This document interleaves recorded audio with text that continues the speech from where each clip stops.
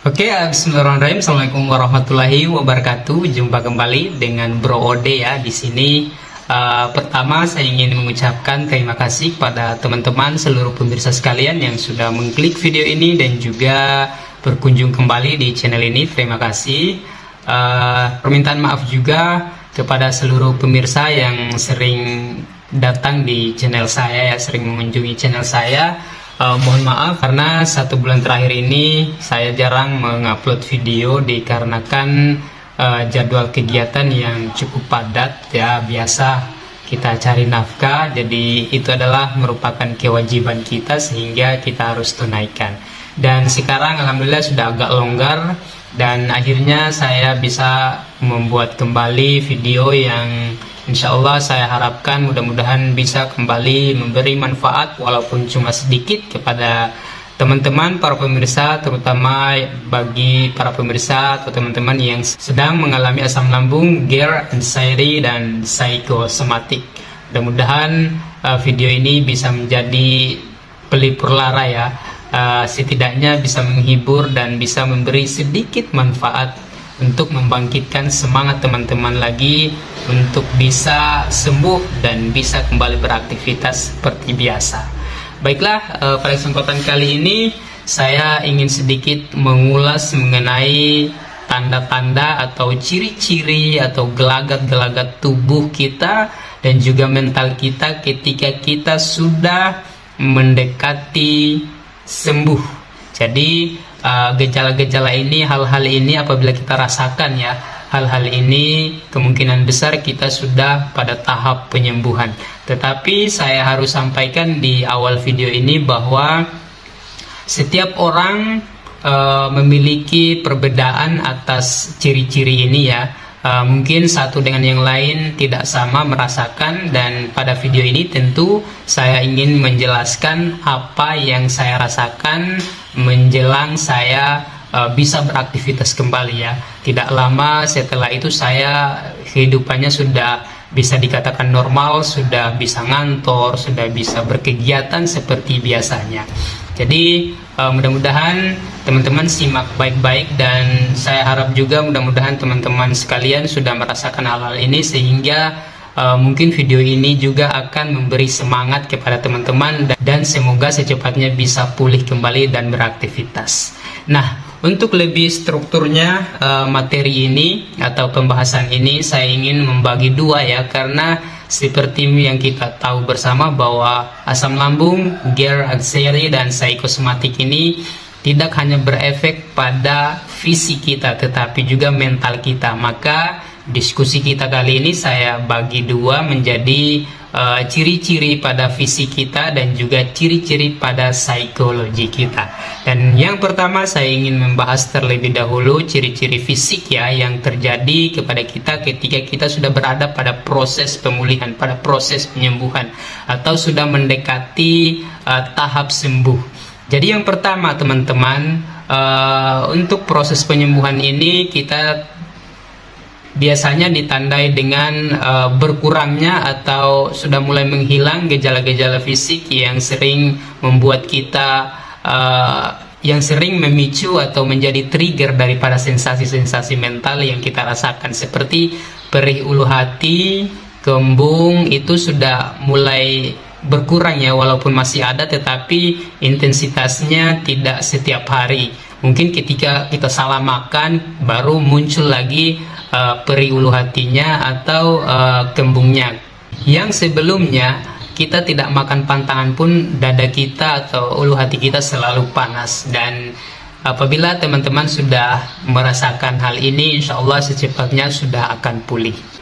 Kemudian yang kedua, rasa asam di mulut yang sering muncul ini juga sudah berkurang atau sudah mulai hilang ya. Jadi kita sudah tidak merasakan lagi yang sebelumnya mulut kita bahkan terasa asam, kita telan ludah dan juga pokoknya sensasi di dalam mulut itu seperti aromanya itu sudah asam semua ya.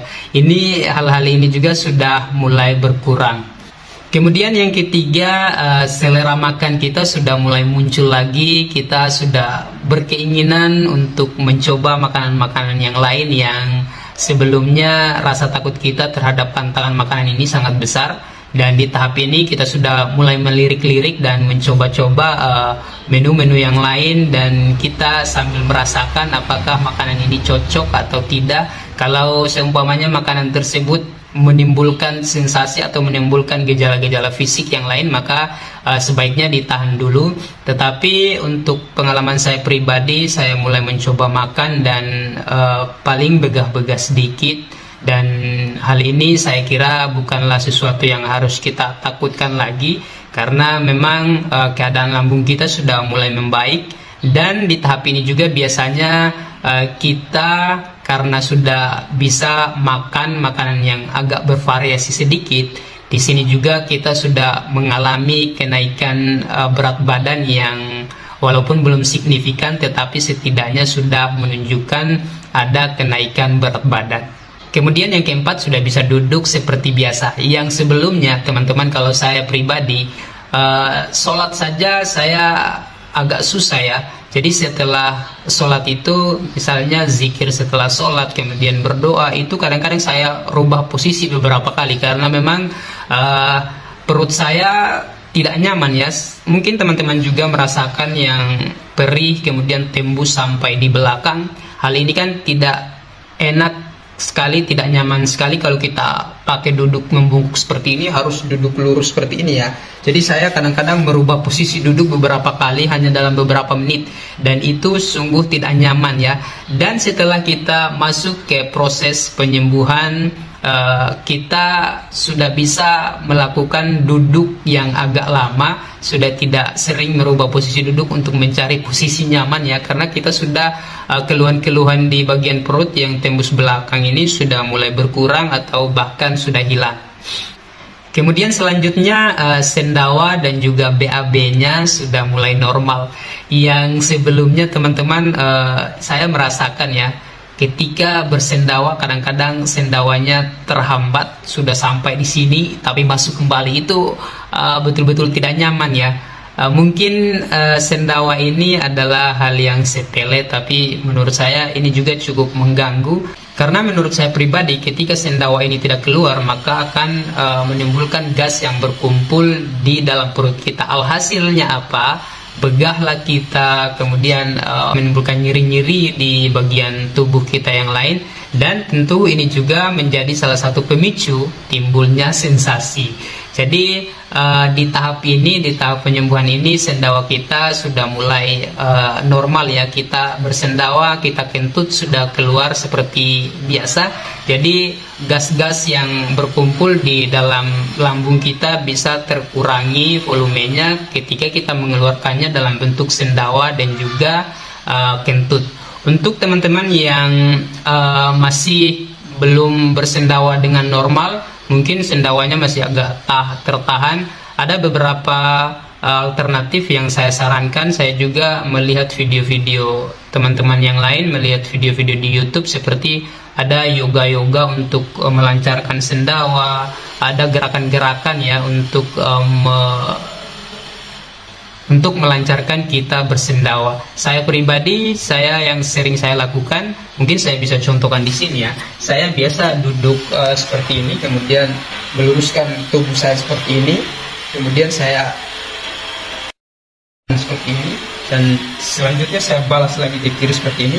Itu biasanya efektif, kita akan mengeluarkan sendawa dalam beberapa menit kemudian. Dan sendawanya biasanya agak panjang ya. Setelah kita bersendawa itu rasanya agak nyaman sedikit teman-teman. Seperti waktu kita parah-parahnya asam lambungnya, biasanya setelah kita memuntahkan makanan, itu perasaan kita sudah agak ringan sedikit. Kemudian BAB-nya sudah mulai lancar. Mungkin teman-teman juga merasakan ya, saya merasakan hal ini. Ketika masih parah-parahnya menderita asam lambung, bahkan kita dalam beberapa hari itu tidak BAB, sampai-sampai kita berpikir bahwa apakah lambung saya sudah bocor, kenapa saya tidak pernah BAB. kemana makanan yang saya makan. Nah, hal ini juga tentu pasti menimbulkan sensasi setelah kita pikir panjang lagi yang tidak masuk akal. Kadang-kadang ini sangat mengganggu sekali ya. Dan di tahap ini BAB kita sudah mulai lancar karena lambung kita sudah membaik ya, sudah menyebarkan makanan nutrisi-nutrisi itu ke tubuh kita dengan sempurna, dengan walaupun belum sempurna tetapi sudah maksimal, sudah efisien. Beda dengan ketika masih parah-parahnya asam lambung kita.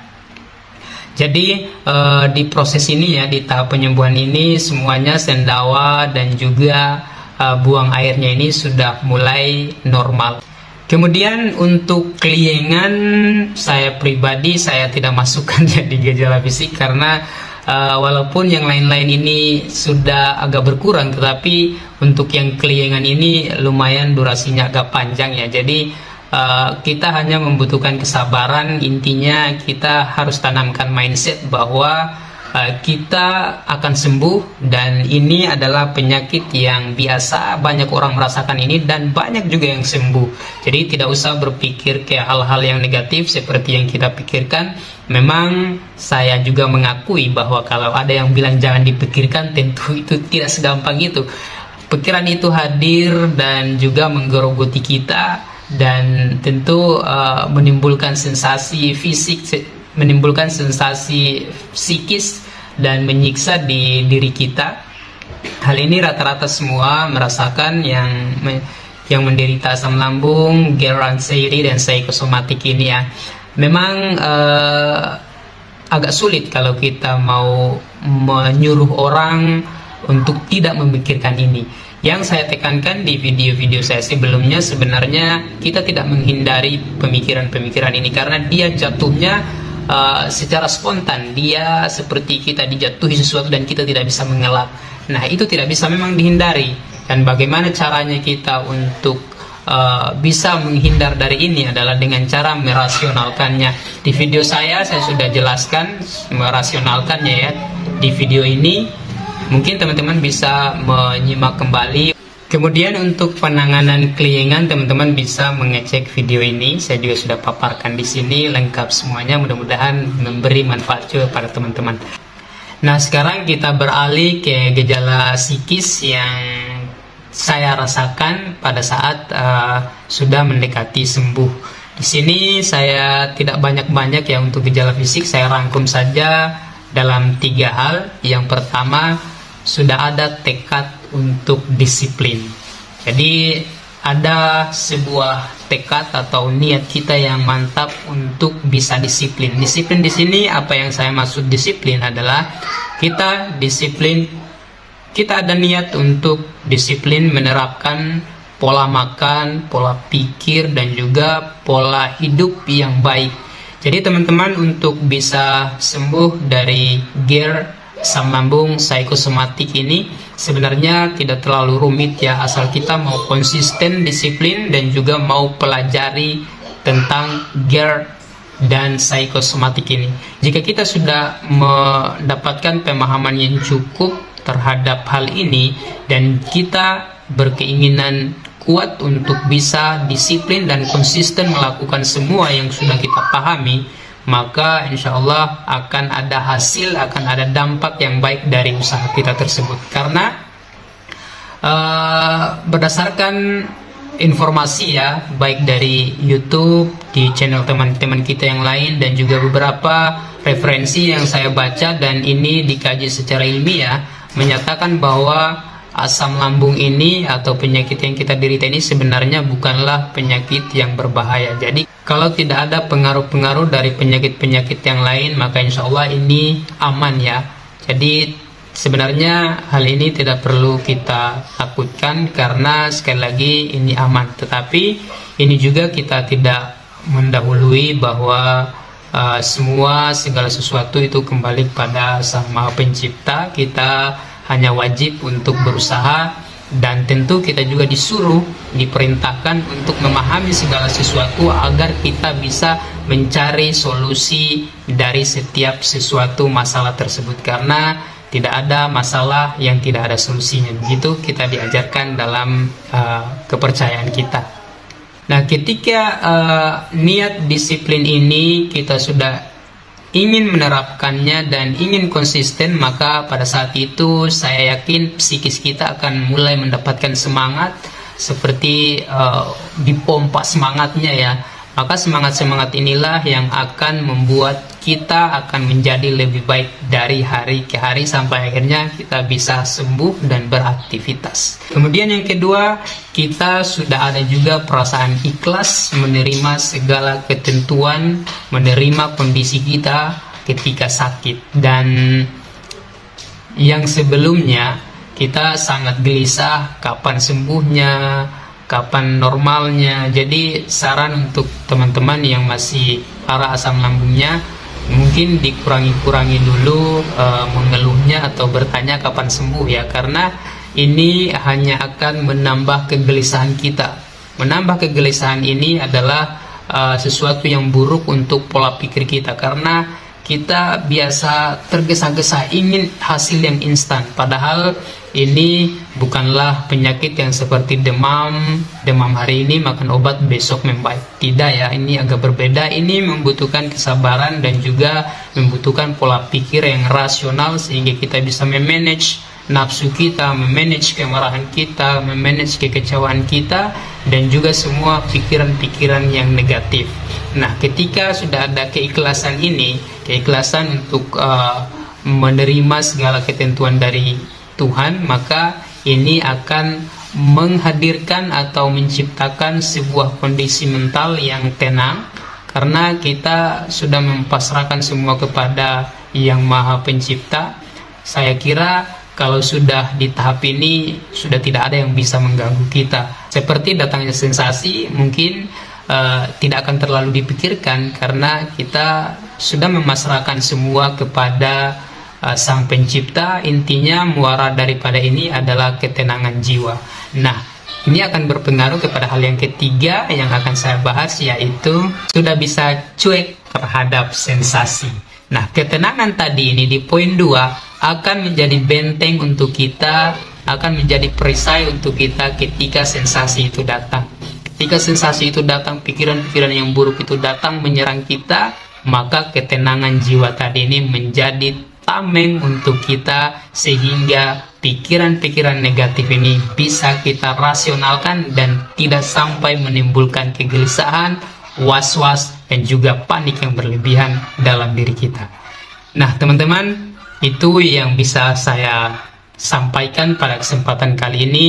Mudah-mudahan bisa bermanfaat ya untuk kita semua. Walaupun ini tidak bisa menjadi obat, setidaknya bisa menjadi penghibur, bisa menjadi teman Anda untuk sekedar mengisi waktu daripada memikirkan sensasi. Lebih baik menonton video-video seperti ini.